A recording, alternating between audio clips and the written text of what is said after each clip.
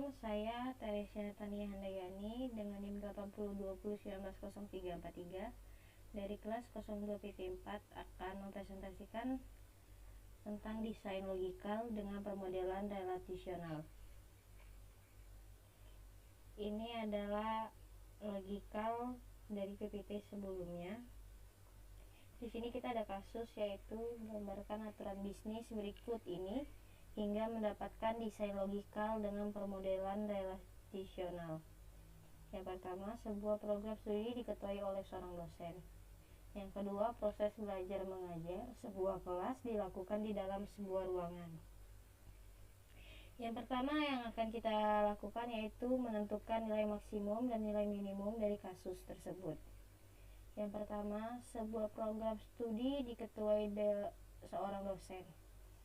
Yang pertama yaitu program studi diketuai dosen. Satu program studi diketuai berapa dosen? Dan saya menjawab banyak atau more. Yang kedua, apakah untuk menjadi program studi harus diketuai oleh dosen? Ya atau one. Yang kedua, tentang dosen diketuai program studi. Yang pertama, satu dosen mengetuai berapa program studi? Saya menjawab banyak atau more. Yang kedua, apakah untuk menjadi dosen harus diketuai program studi? Saya jawab tidak atau zero.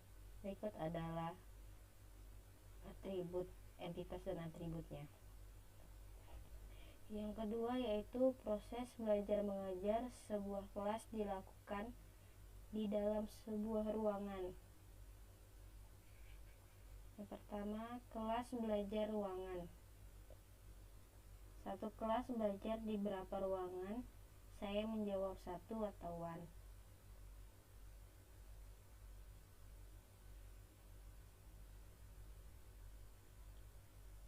Yang kedua, apakah untuk menjadi kelas harus belajar di ruangan?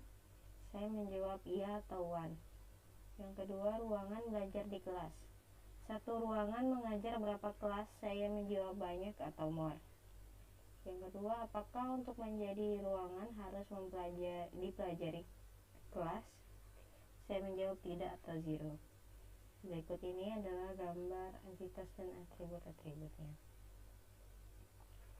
Yang langkah kedua adalah mendapatkan desain logikalnya dengan permodelan relation. Yang pertama, ada gambar dari entitas prodi dan dosen. Dari gambar tersebut dihasilkanlah many to many, yang mana aturan transformasi untuk many to many akan muncul relasi yang baru, yaitu K-prodi. Maka desain logikalnya bisa dilihat pada gambar. Yang kedua itu ada gambar entitas dan atribut dari ruangan dan kelas.